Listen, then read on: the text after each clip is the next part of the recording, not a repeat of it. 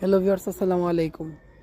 এই দেখুন, এতক্ষণ পরে এই দুপুর বেলায় এসে রোদ উঠেছে। দুপুর না, একদম বিকাল, দুপুর গড়িয়ে গেছে।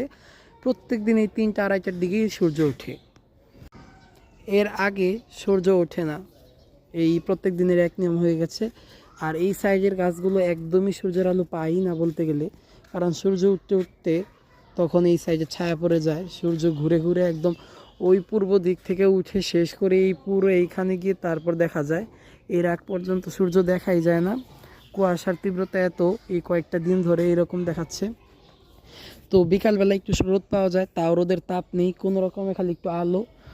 দেখুন, সত্যি কথা বলতে এখন মনে হচ্ছে যে যেন ভোর হচ্ছে আমার বাগানে, কারণ সকাল থেকে এই পর্যন্ত রোদের ছিটাফোঁটা তো একদমই নেই, অন্ধকার অন্ধকার একটা ভাব। এই রোদ একটু ওঠার পর মনে হচ্ছে যে ভোর হয়েছে, যে সকাল হয়েছে, এরকম একটা ভাব। আর এই সাইজের গাছগুলোতে একদম রোদ নেই। তো আপনাদের কার কার এখানে রোদের তীব্রতা কেমন আর সূর্য ঠিক কয়টার সময় ওঠে অবশ্যই কমেন্ট করে জানাবেন। ধন্যবাদ সবাইকে। আসসালামু আলাইকুম।